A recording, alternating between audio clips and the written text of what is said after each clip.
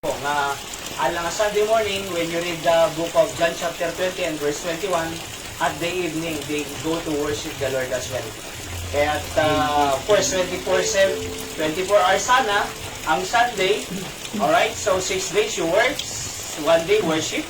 Hindi naman po tayo nakakaubos ng 24 hours dito. Sa katunayan, pag morning ay kulang-kulang pa 3 hours yan di ba? Kaya ini-extend po natin ng Sunday afternoon and Thursday ng prayer meeting. Meron? Meron, sir. Okay. So kaya naniniwala po ako, sabi ko nga lagi ay ang pagpunta ng church ay is not a wasting time, but it is a beneficial time po sa ating po family. Alright? At kahit maulan, rain or shine, okay? Sabi ko nga ay basta maayos ang ating puso at espiritu, okay lang yan. Kahit masamang panahon, maayos ang espiritu natin at puso natin, patuloy natin dadakilain ang ating pong Panginoon at magpapasalamat, mananalangin sa ating Diyos. Pero, kahit naman maganda ang panahon, kung hindi maayos ang espiritu at puso, hindi pa rin pupunta yan. Di ba? Kaya, rain is not the issue, the heart is the issue. Alright? So, pero naniniwala po ako, God knows our hearts right now, kahit mahulan, and we are here to worship the Lord and recognize that every blessing comes from Him, mga kapatid. Alright? So, let's sing the song, yung mga books of the Bible po, at some scripture songs. Ano po? And by song, we can memorize the scripture, 66 books, fastly. Okay? Let's sing the books of the Bible.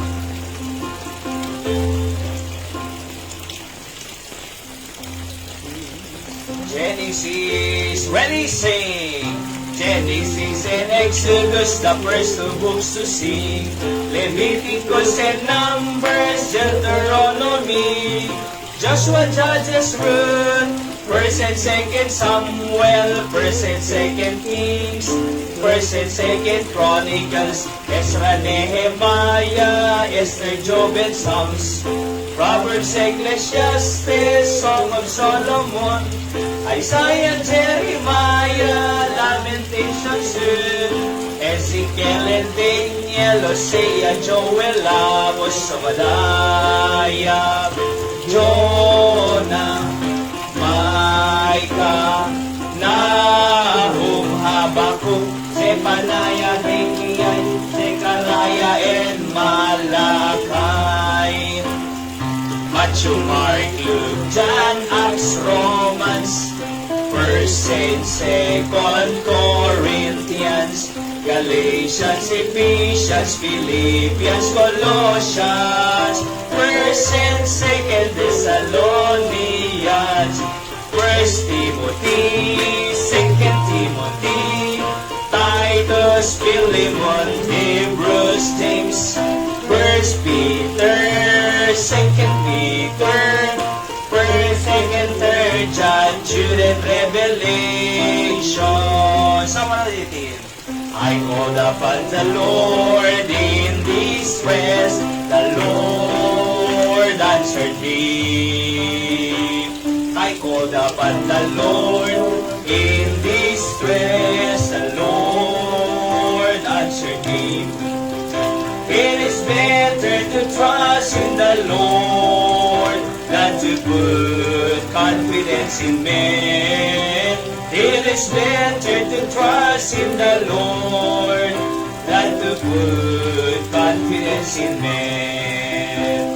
The Lord is on my side, I will not fear what can men do unto me. The Lord is on my side, I will not fear what can men do unto me. It is better to trust in the Lord than to put confidence in men. It is better to trust in the Lord than to put confidence in men. I shall not die but live and declare the works of the Lord. I shall not die but live and declare the works of the Lord. It is better to trust in the Lord than to put confidence in men. It is better to trust in the Lord than to put confidence in men. Psalm 132. I was glad when they said unto me, let us go into the house of the Lord. I was glad when they said unto me, let us go into the house of the Lord. Our feet shall stand within thy gates, O Jerusalem. Our feet shall stand within thy gates. Our feet shall stand within thy gates, O Jerusalem. Our feet shall stand within thy gates. Pray for the peace of Jerusalem, prosper that love thee. Pray for the peace of Jerusalem, they shall prosper that love thee. Our feet shall stand within thy gates, O Jerusalem. Our feet shall stand within thy gates. Our feet shall stand within thy gates, O Jerusalem. Our feet shall stand within thy gates. Because of the house of the Lord our God, I will sing thy good. Because of the house of the Lord our God, I will sing thy good. Our feet shall stand within thy gates, O Jerusalem. Our feet shall stand within thy gates.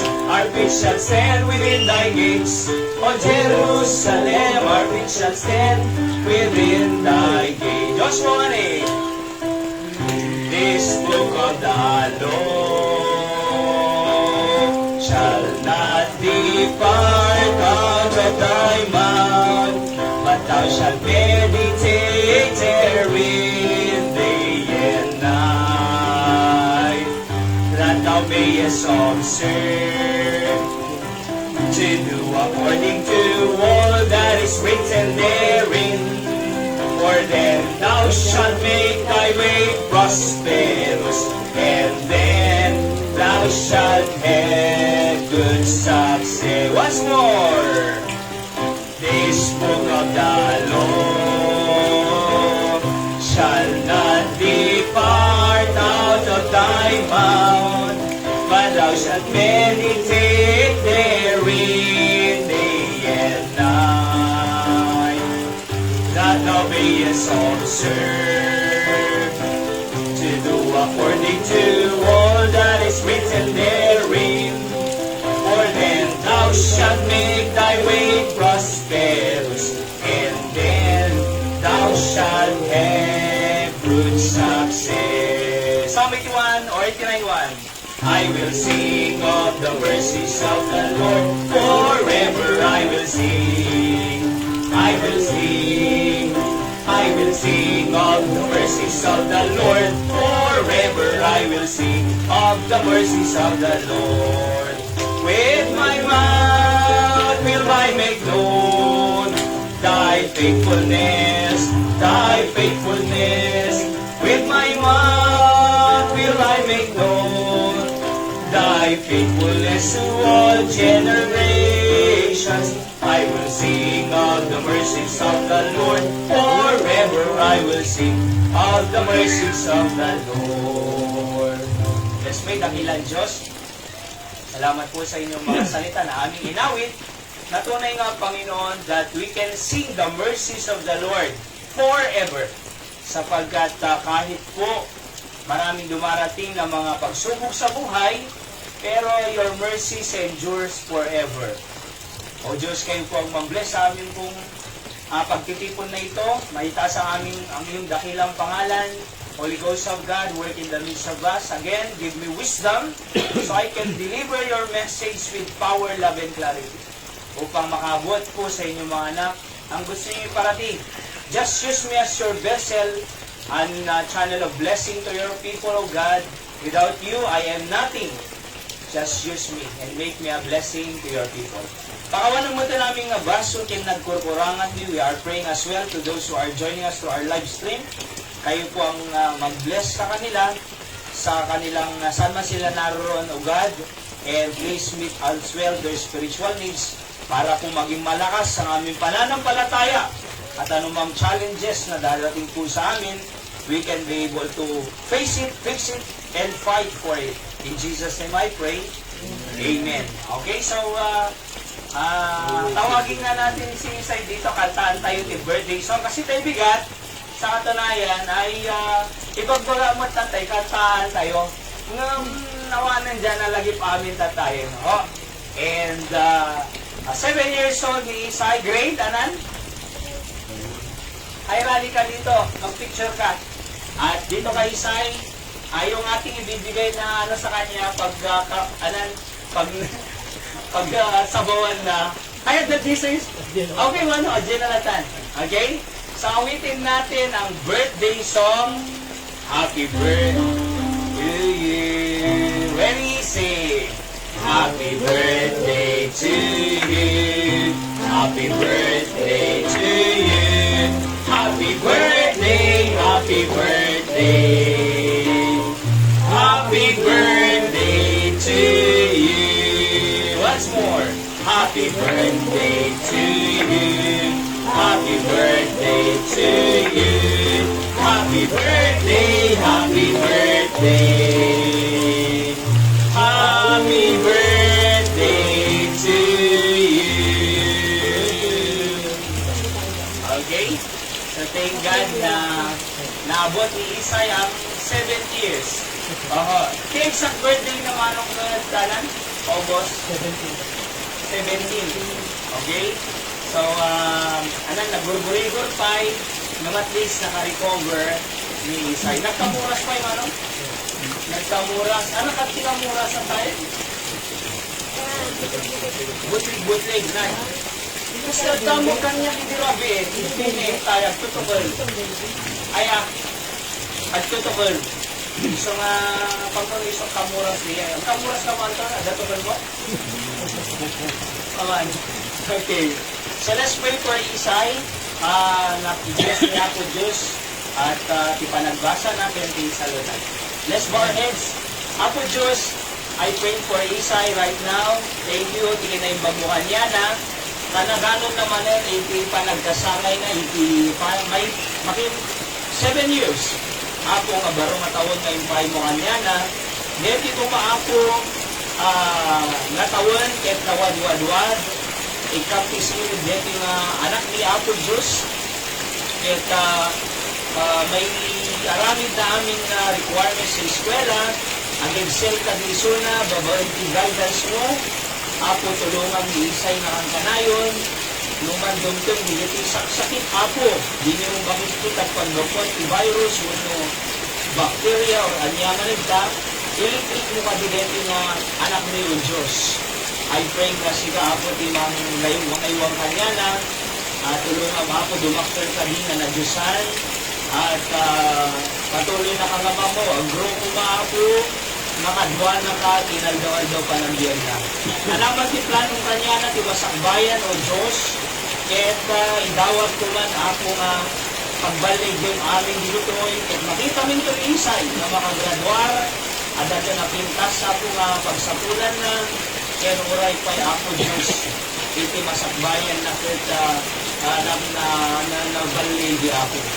Uray pa'y, sarap mo, iti naganda na, magbuyan at wilbang, namang bambantay ken kuha na lang tamon ako mga iaywan ken ausaro bisoda to give instruction about you, about your word display ako isuna iti pagayatan ako di baybayan ni Isay pasalun ating panganayon isuna itipan niya mga saksakit hindi nga rin tikararag ko may pagpakaasi may ako tinaga niya ako Jesus.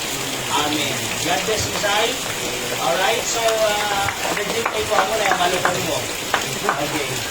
Sige, dapat 100 points mo. Very good. Agurunong ka, ha? Okay, God bless. Sige, Isay. Alright. Ano tayo testimony tayo, kausat, at meron ba gustong magbigay ng patotoo, testimony? about God's goodness sa ating buhay ngayon. Of course, kahapon ay salamat sa Panginoon, muli nanawigasan namin sila, yung kumare ni Nanay Christy kasama yung kanyang manugang na babae. Pag-pray natin na ma-invite po natin sila. Si Nanay Marites, na hindi nagmamarites siguro yan. Okay? So, Nanay Marites at saka si Darlene. Nandun lamang po sila. Sabi ko sa kanila, papalo ako po kayo, pag-pray ko po kayo dito. Later on po, i-allocate ko ng Bible study. Okay? At pag-umpisa po kasi, Bible study agad, ano pa yan eh. Pero pag ipag-pray ko kayo, hindi yan, So, ganun po muna, unti-untihin natin na makarating din po sila balang araw dito, lalong-lalo na po sa ating anibersaryo.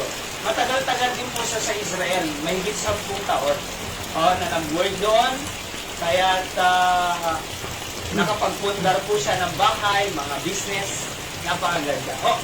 And ganoon din si City Councilor natin dito, si Johnny Nestorichon. Na-witnessan ko po nung Biyernes dyan sa pag-pray natin kasi pag balang araw, pagka mag-anniversary po tayo, lalong-lalo na po pag may property tayo, i-invite po natin lahat ng politician. From City Council, yung yung mayor, vice mayor, lahat po sila. At kasi sa amin po, sa home church sa Barani, ini-invite talaga po namin ang mga government officials. Bakit? Para makarinig po sila ng ebanghelyo, maligtas sila. At makita nila na may church na magsisilbing katuwang ng gobyerno sa pag-develop ng moral values ng mga tao. Alright? So, hindi po ako po, kumbaga ako ay may programa tayo dito na makakatulong sa kandun. Kaya balang araw po ngayon, syempre, hindi pa tayo, kumbaga sikip pa po itong lugar natin. Pero darating din ng araw na mai-invite din po natin ang mga leaders natin. And kahit hindi siya pumupunta rito, pinag-pray po natin ang ating mga leaders. Alright? So, dati si Mayor Eric, nakausap ko na rin po yan. At si Vice Mayor Cristel, nakinig din po nung birthday ni ni Kapitan Naya, Adexul na. So, at least nakakarinig po ang mga opisyal po natin dito. Si Judge Mimi Mangasal ay tumanggap din sa Panginoon. Pag nagkikita kami ni Judge Mimi na, nagmamano nga sa atin eh. Ewan ko kung bakit eh. Di ba? Pero, sabi ko sa kanila, we are praying for you here. Kahit wala kami dyan sa politics, pero we can still be a blessing to our community. Naniniwala po ako yung ginagawa natin dito, pagtuturo ng salita ng Diyos, nakakatulong kahit sa anumang ahensya ng gobyerno. Kasi ang mga tao pupunta po sa kanila eh. Kung maayos dito, di ba, ni Antong umahangag drug sale. Di ba? Hangag sisigit. Di ba? I mean, hindi ka na mapupunta doon. Di ba? Hindi na may influensya niyan ng masama. Kundi si Anton, at least, habang nandito siya, malayo na siya sa masamang barkada. Di ba, Anton? Oo, kasi hindi awalis mo na ni Anton. Ako na Nanay Yoli, Pastor, neto ko mga umay ni Anton. Kasi, bigay tayo barkada na, baribar, kada hilad ng ubrahan ng plaza. So, kahit kung may J-Church yung anana. Di ba? At si Anton, ay, haan nga may barkada ito dapat. Kung nakinya na, ako na lang ang barkada mo. Di ba? Oo. Masaya pa, di ba? At marami pa tayong nagagawa sa Panginoon. Okay? So, pag-pray po natin ang ating city ng Diyos po ang magpala. Okay? And meron po bang gustong magpatotoo ngayong hapong ito about sa kabutihan ng Panginoon sa kanyang buhay? Kasi nakita ko po sa mga churches, lalo na po doon sa kung saan ako nag-aaral ng Bible College, pag Sunday afternoon talaga, may mga testimony time po sila, at least 30 minutes. Di ba? Tapos pag prayer meeting po, midweek service, meron din mga 30 minutes ganyan. At katulad ng pagpunta po natin dyan, di ba? May mga testimonies, nakaka-bless. Oho, yung mga patotoo nila na sinasabi nila na ganito. Yung isa nga doon inuna ko lang ang Diyos kahit na maraming customer ng linggo. Inuna ko talaga ang Diyos, pero talagang sapat ang Panginoon, sabi niya. So yung mga ganong testimony, nakakabigay ng tawag dyan, patotoo ng salita ng Diyos, kasi in-apply nila ang salita ng Diyos sa buhay nila, kaya proven po sa kanila ang salita ng Diyos. So, napakaganda po yung testimony time. Sa katunayan, every Sunday afternoon, saka Thursday, ganun din po, pagka after ng activities, yung tawag dito, yung anniversary, ganyan. So, next Sunday, kahit Sunday morning, imbes na may Sunday school, may testimony time. Oho. So, gusto ko po yung mga ganyan kasi nagpapatunay na ang salita ng Diyos ay totoo sa buhay nila. In-apply nila ang salita ng Diyos sa buhay nila, kaya sila nagpatotoo na nung sinanib namin ang salita ng Diyos, nakinabang ang aking pamilya, ang aking buhay. So, hopefully, ay may mga ganyan din po tayo balang araw dito, di ba? Yung mga testimony time. Tapos, balang araw din po, gusto ko rin magbukas ng mga programa ng pangtatay, pangnanay, saka pang mga kabataan. Alright, online nga lang po. Oho, lunch time. Bakit lunch? Kasi kumakain ng mga tao, di ba? Habang kumakain sila, may pinapakinggan po silang programa na makakatulong sa family nila. Okay? Pangtatay, halimbawa, Martes, pangtatay. Yeah? May mga kasama ako, siyempre, tatay, na mag-share ng mga prinsipyo at mga experiences sa buhay. Mag-i-invite din ng mga guest para may magpatotoo. So yan, pangtatay. Ibang araw naman, like Thursday, pangnanay naman. Oo, may mga host din dyan na mga nanay, tapos mag-i-invite din na guest na pangnanay. Para sa ganon, yung nanay, alam niya ang role niya sa loob ng tahanan. Talagang compliment, di ba? Sa pamilya, sa loob ng tahanan. Ganon din yung mga kabataan. Oo, magkakaroon din tayo ng mga programa sa kabataan. Merong yung mga nagpre-prepare na sa wedding, sa marriage. Meron din yung mga nag-aaral pa lang, nakafocus pa lang sila sa pag-aaral. So nakita ko po lahat yan doon sa kung saan ako nag-aaral. Gusto ko itong gawin dito kasi talagang makikinabang ang ating pamilya. Okay?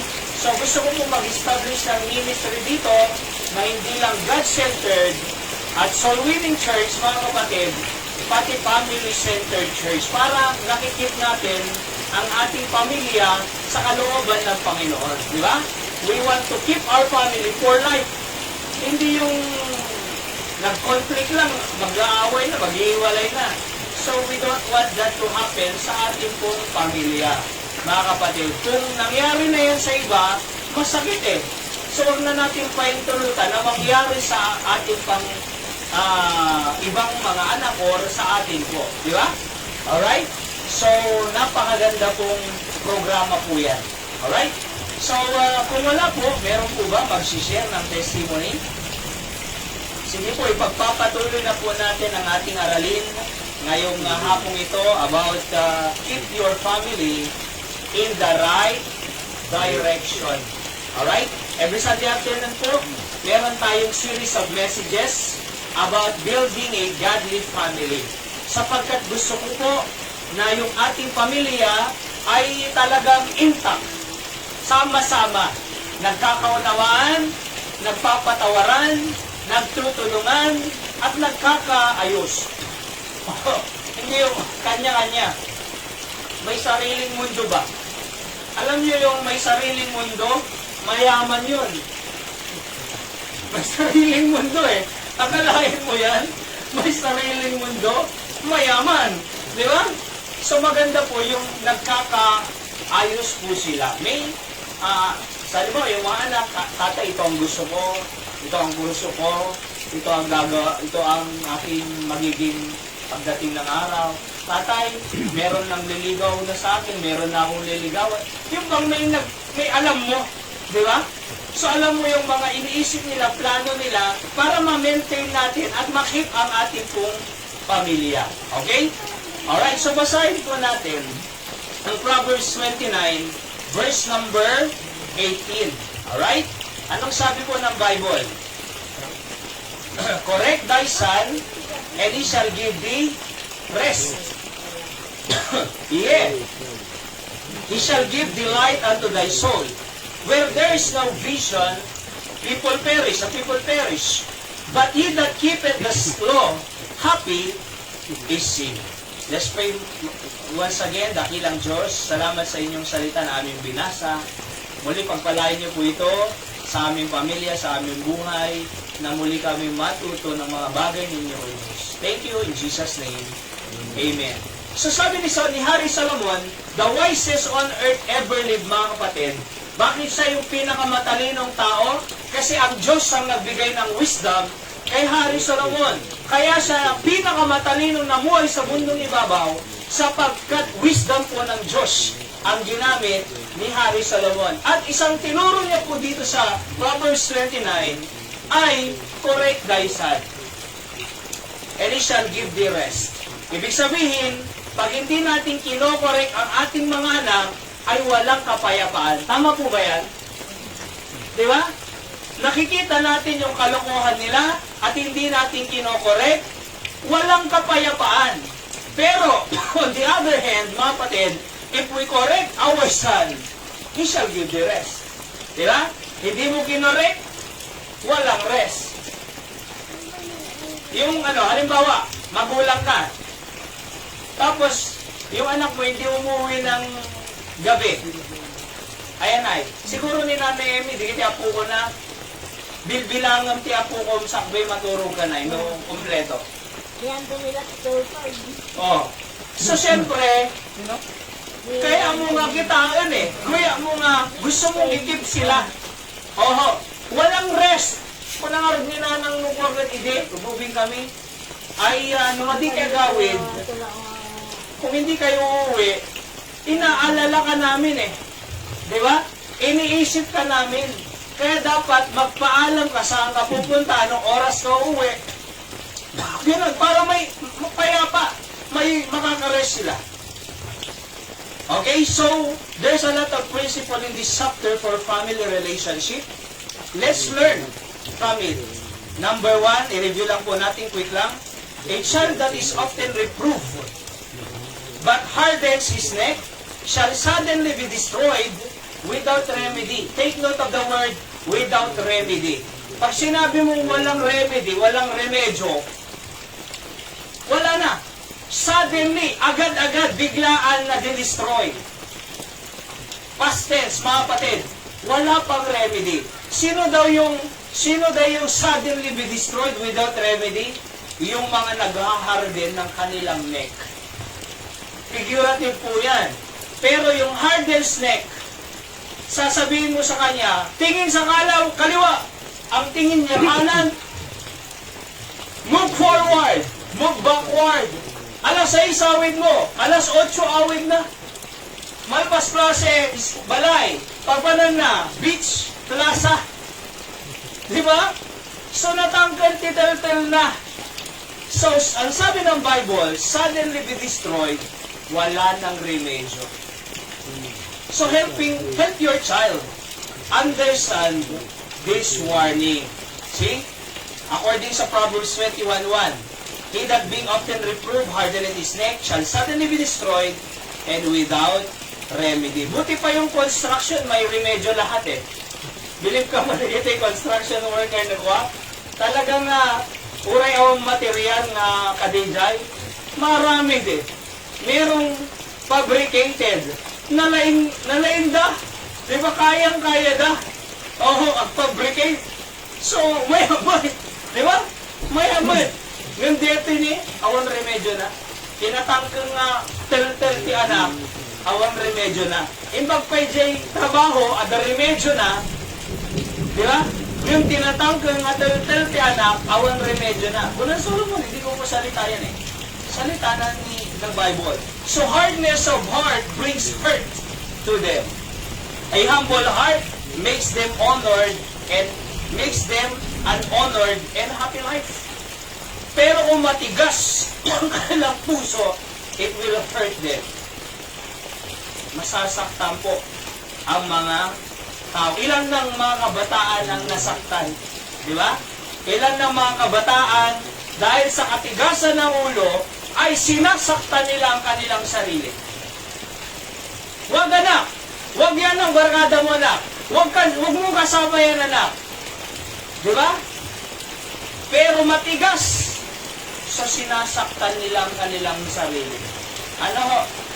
So number 2, righteous authority makes people rejoice. Kasi sabi ng verso, when the righteous are in authority, the people rejoice. But when the wicked beareth rule, the people mourn. Yung wicked nag-rule, mourn. Corrupt ang leaders, malungkot ang bansa. Di ba? Sa Maynila po, napakagrabe ang mga baha-bahadan ngayon eh. Sa Quezon City, sa Paranaque ba yan? Sa Bulacan, naku, wala pang pondo sa mga flood control ngayon. Walang pondo. So, magganyan na lang sila, matagal na. Alam niyo kung bakit? Hindi tayo basura. Diba?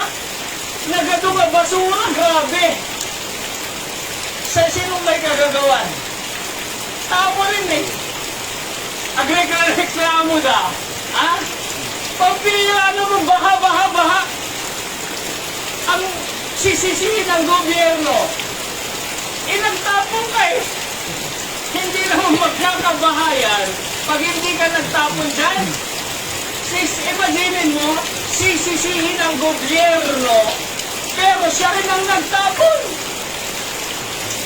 Diba? Sinisisi ang gobyerno, siya may kasalanan, ikaw nagtapon eh. Kaya nga when the wicked beareth rule, people mourn. But when the righteous are in authority, people rejoice. Alam niyo ang kailangan sa ating bahay, sa ating tahanan? Righteousness. Anak, di ba? Lahat ng nakatira dito, anak, naniniwala sa Diyos. Lahat ng nakatira dito, anak, ay kikilalanin ng Diyos na nagbibigay ng pagkain sa atin. Pag hindi mo kikilalanin ng Diyos na nagpapakain sa atin, huwag kang kumain. Di ba? Kasi, ibinigay ng Diyos ito sa atin para mabuhay tayo. Tapos, hindi mo kikilalanin ang Diyos, hindi ka magsisimba, hindi ka mag-worship, hindi ka mag-thank you. Dapat lahat ng nakatira dito ay kinikilala ang Diyos. Dapat ganyan eh. Righteousness ang kailangan po. So that the Bible says, makes people rejoice. Para masaya. Alright? So this can apply also in the family. When the father is righteous, his family rejoice. If the parents is righteous, their children rejoice. So righteousness will create a rejoicing environment. Righteousness creates rejoicing environment. Gusto natin ng masayang environment? So then, apply righteousness in the home. Kasi pag may kasalanan, hindi po masaya ang tahanan na may kasalanan. Di ba? Pero yung masaya kayo, kahit mag-conflict yan, pero nandun pa rin ang love at forgiveness, okay lang eh. Alisin mo ang love at forgiveness. Tapos may conflict. Wala na yan. Hindi na yan magkakaayos. Pero, kahit may conflict, kahit may misunderstanding, kahit may gulo, minsan sa bahay, pero nandyan ang pag-ibig, nandyan ang pagpapatawad, intact pa rin ang pamilya, mga kapatid. Amen? Pero alisin mo ang pag-ibig at pagpapatawad sa loob ng tahanan. Alisin mo ang love at forgiveness. tingnan natin kung anong mangyayari sa tahanan na yan. See? Pero kung merong pag-ibig at pagpapatawad sa loob ng tahanan, mag-conflict man yan, mag-away man yan, hindi man magkaunawaan yan, ayos pa rin. Bakit? Nananatili ang pag-ibig at pagpapatawad. So righteousness, mga kapatid, will create a rejoicing environment. Number 3, a wise man thinks before he utter a word. He thinks about the result of his word before saying it to someone. Verse number 11, basahin natin. A fool uttereth all his mind, but a wise man keepeth it in till afterwards. Ilalakason ko lang po ang boses ko kasi maulan para marinig din po sa online. Maganda nga po sa inyo dyan sa online streaming natin sa mga po ay naroon. So, sabi ng Bible, a wise man thinks first before he utter a word. Iniisip niya, bago niya sabihin, tingnan niyo to. Is it true? Think first before you speak. Ano yung acronym ng think? Is it true? Totoo ba? Is it helpful? Nakakatulong ba? Is it inspiring? Nagbibigay buhay ba? Is it necessary? Kailangan pa ba sabihin? Hindi lahat po kailangan sabihin. May mga bagay na hindi na kailangan sabihin. Di ba? Is it kind? Nakakatulong ba? Or nagpapakita ba ng kabutihan? Is it kind? So when you think first, before you speak, ito, speak with grace. Hindi yung salita ng salita kahit masama. Salita ng salita kahit nakakasakit na. Salita ng salita kahit hindi nakakatulong. So think first before words. Your words can either make or what? Break. It can build or destroy. Words can build or destroy. So, when we speak, mga kapatid, kinakailangan ay think first. Kasi pag hindi natin pinag-isipan yung sinasabi natin, naka-destroy, naka-break, wala na. Pag nabasag ba ang baso, pwede pang ibalik? Pwede. Pero, hindi na katulad dati. Ang form. May laman. May laman. Di ba? Pwede mong scratch tape ba nandun? Di ba? Pero hindi na katulad dati. Pag na-break. So kaya ingatan natin ang ating sinasabi. Diyan nga nag-aaway ang mga mag-aama anak nila at tatay. Yung salita. Pagka hindi mo nabantayan, magsisigawan yan. Aalis yan. Hindi na babalik. So kaya nga words can either make or break. Number 4, influence outside will affect the leaders and his servant. Maganda to. Verse 12. Basahin po natin. Ready go. If a ruler hearken to lies, all his servants are wicked. Pag yung ruler daw or leader ay nakinig sa kasinungalingan, all his servants or yung mga anak niya are wicked. So influence outside will affect the leader and his servant, mga kapatid. Kaya nga po, huwag tayong maniwala sa sabi-sabi. Halimbawa, may sumisira sa inyo. Alam mo ba, yung asawa mo, may kasama sa kanina. May kausap sa kanina. May kausap lang pala Pero ang ibig niyang sabihin, nagloloko. So pag pinaniwalaan ng tao yun, sino kausap mo kanina? Totoo ba yan? Di ba? Huwag maniwala. Sabi ko kay Hyra, nasa ministry tayo Tao ang kausap natin.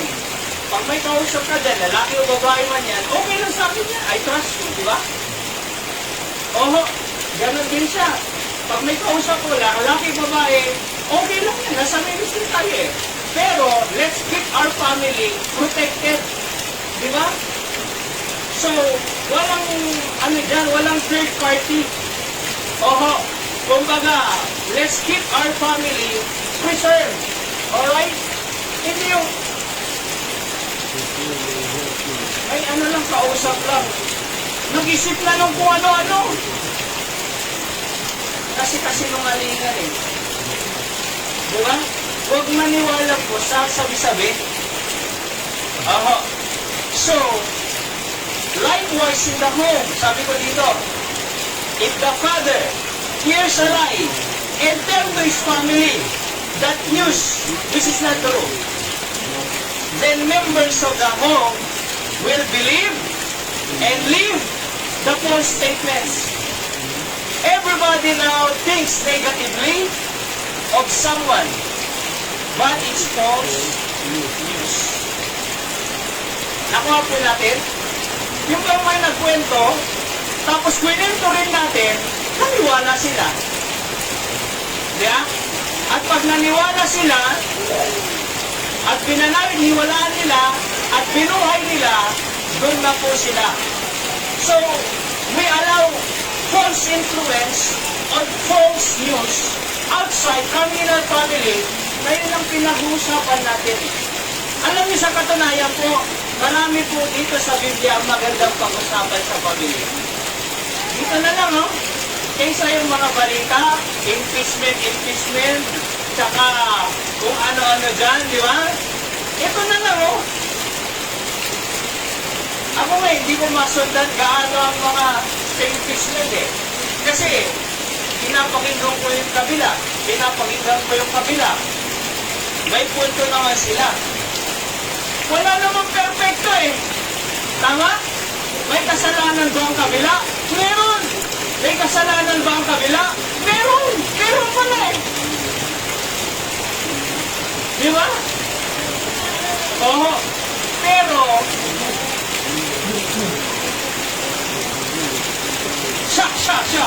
siya. Eh sa Bible nga po eh, yung ano, may kasalanan ng adultery ba yun? Na babae? Sabi ng mga Pariseo ba yun? Batuhin yan! Hanggang mamatay. Sabi ng Panginoong Yesus, sige, umulot na, sino ang unang buwabato. Kung sa tingin nyo, wala kayong kasalanan, umulot na kayo ng bato. Mauna nang bumato. Anong nangyari? Binatubian nila yung babae? Unti-unting nag-alisan sila. Bakit? Alam nila, pare-pareha sila. May kasalanan eh. Kaya alam niyo po mga kapatid, mahirap po makipagsabayan sa mundo. Mahirap po na makipagsabayan. Kaya masabi ko, kahit wala na tayong knowledge sa mundo, basta meron tayong knowledge ng salita ng Diyos, ayos ang ating pamilya. Oho, ignorante tayo sa mundo, sa knowledge ng sanlibutan. Huwag lang po tayo ignorante sa salita ng Diyos. Makakapabuhay pa rin tayo ng maayos kasama ang Panginoon, mga kapatid. Don't listen, walang ito'y, to an ungodly advice, but rather listen to a godly advice. Huwag kang magpang-advise sa pare, ano bang gagawin ko? Nag-away kami ng asawa ko. Uy, ikaw naman pare, walahin mo na yan. Marami naman ang iba dyan eh. Ganyan na ngayon sa mundo. Akalain mong advice yan? Diba? Kaya huwag magpa-advise sa broken. Huwag magpa-advise doon sa hiwalay. Magpapa-advise ka sa hiwalay. Anong i-advise niya? Ha? Hiwalayan mo na! Kaya ang pinakamaganda po ang Diyos ang ating pagpapa-advisean. Okay? So, hanggang dyan po muna. Again, meron pa po ito eh. Hindi ko lang na-type pa. Alright? Hindi ko lang na-type pa yung iba. pero hanggang dyan po muna. Okay? So, I'm saying, huwag natin paintulutan yung outside influence. Sabi mo nga eh, marami naman pwedeng magandang pag-usapan. Alright? Bakit yung bang news lang ang pwedeng pag-usapan sa bahay? Alam niyo yung impeachment, ganito. O kaya naman, alam mo yung shooting doon sa Zamboanga? Yun lang ba? Alam mo yung shooting sa Thailand? Shooting sa Tacloban? Alam mo ba, kanina dyan sa kapitbahay? Ganun lang ba? Hindi. Maraming pwedeng pag-usapan na mas healthy, na mas kailangan ng ating tahanan. Di ba? Mas maraming pwedeng pag-usapan eh. Alright? Napakarami. Dito po sa Biblia, mga kapatid. Maraming articles. Kami ni Jairo, marami kaming articles eh. Oho. Pwede namin ibigay sa inyo. Di ba? Napakaraming pwedeng pag-usapan na mapapakinabangan ng ating tahanan.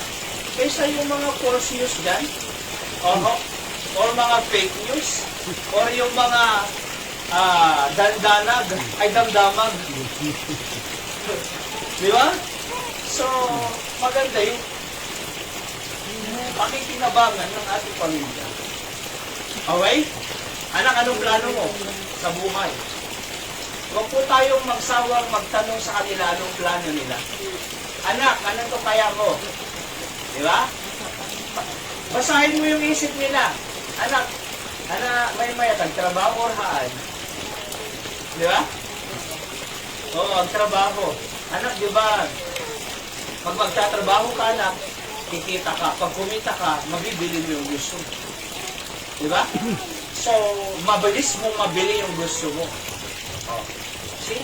So, maraming pwedeng ikwentong maganda. Sabi ko nga eh, pagka mas malaki itong si Seb, pwedeng tatlong ikwento. Una, yung Bible character, di ba? Sina David, Joshua, Jeremiah, marami. Pangalawang pwedeng ikwento, yung personal experience mo sa Panginoon. Anak, alam mo ba, nung bata ako, ganito, naglalaro kami ng patintero, di ba? O kaya nag-church kami noon, ganito anak, pinilit ako, anak, sumasama kami sa camps, ganito. Maraming pwedeng ikwento eh. Personal experience. Pangatlong kwento, pwedeng ikwento ay yung mga fiction, pero may truth galing sa Biblia. Halimbawa, dalawang anak ko. Anak, alam mo, may dalawang unggoy. Tapos pag aaway-away sila, ang damot nung isa, parang ikaw. Di ba? Maramot yung isa. Pero nung nagdadamot sila, dahil makasarili siya anak, alam mo yung tatay niya, ay yung tao, may nagbigay ng blessing doon sa hindi madamot. Yung yung walang blessing, yung madamot. Di ba? Fiction, pero may katotohanan. Oh, pwede tayong mag-create sa kanila. Halimbawa, ang ikwekwento mo ay kasipagan, yung reward. Hindi ka mag-create ng kwento eh. Oho, alam mo ba anak, may dalawang magkaibigan. Talagang may gusto silang bilihin na damit. Tapos yung isa, gusto niyang bumili, pero yung isa, natutulog lang naman. Oo. Wala naman siyang ginagawa. Pero yung isa na, namasukan. Oo. Namasukan, tumulong kasama ng tatay niya. At, nagkasweldo, anak. 300. Pumasok siya sa trabaho, 3 araw. Ilan na yon? 900 na. Alam mo ba yung bibili niyang damit? Worth 500, maganda-ganda, branded. Nabili niya, anak. Oo, nabili niya. Pero yung tamad, nabili niya ba? Hindi. So, anong gusto mo? Di ba may pinapabili ka rin? So, mas maganda yung maraming pwedeng pag-usapan sa loob ng tahanan. Di ba? Marami eh. Kaysa naman yung, alam mo, Yung impeachment anak, wala, hindi nila alam yun. Oh. So, pinakamaganda po, yung influence ay talagang sa Panginoon. Huwag yung outside influence. Alright? Tayo po ay manalangin. Dakilan Diyos, salamat po sa short message namin ngayong hapong ito. At pagpalain niyo po ito sa aming buhay na tunay nga na we keep our family in the right direction. Because we know that the influence of the world ay pasama ng pasama, Panginoon. It affects our family.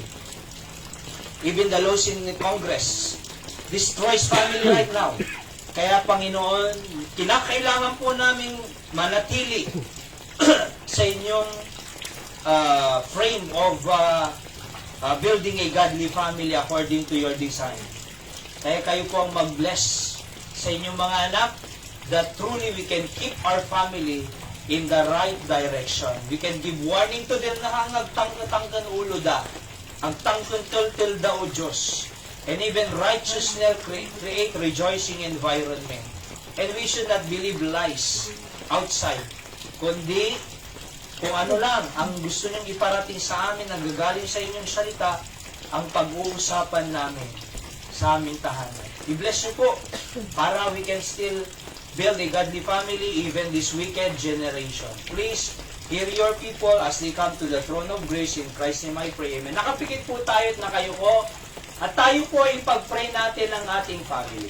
Yes, sabi natin, malakas ang impluensya ng mundo pasama. Pero, we can pray for them and God will work. So that we could be able to keep our family in the right direction of God. So, there's a hope, mga kapatid.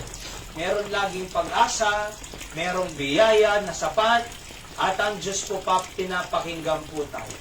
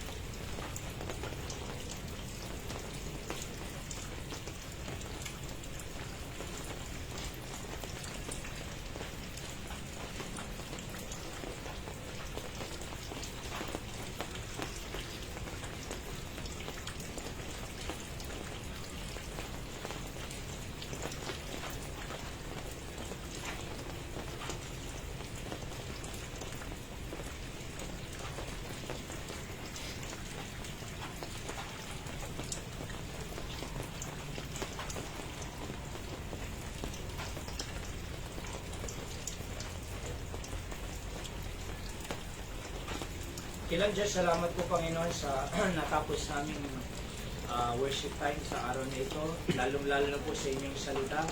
Tunay nga Panginoon na kailangan namin ng inyong guidance, ng inyong salita upang sa ganun Panginoon ay ang aming pamilya ay makip namin sa tamang direksyon na according sa inyo, O Diyos.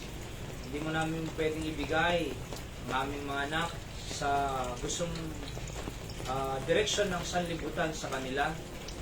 At gusto po namin, makip namin sa inyong kalooban sila. At pwede naman pong nasa kalooban ninyo kami, Panginoon, habang kami po ay nagtatrabaho, nagninegosyo sa mundong ito, Panginoon. E naway patuloy niyo po kami paalalahanan, patuloy namin kayong masundan, Panginoon, and we can implement righteousness in our family. Maituro namin na dapat kilalanin ang Diyos sa aming pamilya, O Diyos. Kayo po ang patuloy na magabay sa bawat isa sa amin. Anuman ang ipinanalangin ng inyong mga anak, sa trono ng inyong biyaya kanina, ay tugunin niyo po sila, Panginoon, at sagutin niyo po sila. I-bless niyo po ang bawat isa, pamilya ni Kuya Boyet, at katuloy na ingatan niyo po sila, O Diyos, maging malakas, lalong-lalo mga bata, dahil galing din po sila sa mga sakit. At ni Nanay Christy, pagpalain niyo po siya, at ang kanilang masikasuin sa araw ng bukas, at ganoon din po ang check-up niya sa September 4 na maging magandang resulta. At kay Nanay Emmy, ang pamilya niya rin, na maging malusog lagi, mga apo niya, tulungan niyo sa pag-aaral. Naway makarating din po sila dito sa mga susunod na panambahan namin. Ganon din si Nanay Marites at Darlene, makarating din po nawa dito with the future, Panginoon, sa aming panambahan. I-bless niyo rin po si Tatay Joseph, huwag niyo siyang pababayaan. Salamat, kasama namin si Tatay Amante ngayon. Dalangin ko na patuloy niyo siyang palaguin spiritually, samahan, i-provide ang needs niya sa kanyang pamumuhay. Ganon din si Anton, O Diyos. At we are praying as well sa mga partners namin sa ministry, ang si Ma'am Rose, Ma'am Mildred, Ma'am Estrel, Pastor Doug, Ma'am Rewelyn, ang aming Mother Church sa BBC Barani, Pastor Sam, and the church. And ganoon din po si Nanay Perla, at mga iba pa, Panginoon, mga churches na partner namin sa inyong ministry. Patuloy balik ang mas maraming biyaya at pagpapala sa kanila, sampu sa kanilang pamilya. Muli, pinupuri ka namin at pinapasalamatan. Ingatan niyo rin po kami sa pag-uwi. Makarating kami ng kanya-kanyang tahanan sa araw bukas, mga papasok. Gabayan niyo sila sa kanilang mga trabaho. Bigyan niyo ng sapat na kalakasan, ilayo sa anumang disgrasya, upang sa ganun makatrabaho po sila ng maayos, O Diyos. At dala-dala ang inyong guidance, protection, Panginoon, upang makauwi sila ng maayos sa kanilang tahanan. At naway mas maraming opportunity pang ipagkaloob niyo sa inyong mga anak, Panginoon. Nakikiusap po at nagmamakaawa upang sa ganon laging sapat ang mga gastusin po nila sa araw-araw para sa mga anak, sa pamilya, pagkain, pambayad ng mga bills ay maging sapat, Panginoon. Naniniwala po kami that you are so much, you are sufficient enough for our needs. Ito po ang aking dalangin at pasasalamat sa pangalan po ng aming Panginoong Jesus. Amen. God bless po. See you po ulit sa Huwebes, 5:30 sa ating prayer meeting. God bless po. At kami rin po ay babiyahe mamaya na ipag-pray niyo po ang aming safety doon sa Ilocos Norte. So, bagtay may kataymante, na-miss na kalaunay. Alangay may, adapay ti, balangay. Tay. Okay. Rayak kay Sapa. Naghihintay ka rin na umaga eh. Ang bali tayo, so nga at least nakaumay ka lang. Ikararag tayo gayang takwa, umay kumadete, agupak hintatay mante, papaupatay. 2,000 monthly ayak. Tiupon. God bless tayo. Tama ka kanton. At least dati pension na 4,000 monthly tayo. Sa SSS senior ayak 4,000. Sa 2,000 mo. Kadi di agupan to ka. Sa makaawat kan 2,500 senior. Ay, awangking ka? Handa ka nga sinuat. So, at kukuyog. Ni tatay, alam pa ilang ni Jake wa? Ay, tama ba? So, ni nanay, tapos dapis ni Mang Boyet. Jake ilang tay. Sama ka muna bagar tay. Huli na tayo, dito na tayo dyan. Well, sige. Ito, nito mo. Buksan nyo na lang po yung mga pinto doon sa gilid, Nay. Eh di, yung ano po, para mahangin. Nakabukas na ito, hindi mo i-record. Oo. Nito mo na ang itulad mo. Para, Sudaw, ano kami. Ande ito eh. Ito mo lang. para may Sa hangin. tay-tay, di katayo. O, hindi na sila kakain. Hindi na kakain sa kanila. Ay, oo, ang gayam. Merienda tayo, manin. Manan, Kape. manan. Ano ba yung nandun? Makakaner, nung napakatulog na makarigyo din balik na lang. Apang, katandang mo yun. Nagsikip pa pantalon mo na. Kurang na sa likad rin. Sa likod. Awan dito dakalog Nung isa likad na tayo ko ikuha, paltok. Oo na. Tayo ko Awan dito sa ato. likad na batong ta. Ay, kasi ikaw mo lang, at kapote mo lang, tigilatan ko. Ano lang, papatras tira ba eh. Ano na ron? Let's go. Magduraan. Padaretso. Padaretso. Aonte Agistelian. Yung kay Raja. Maditay.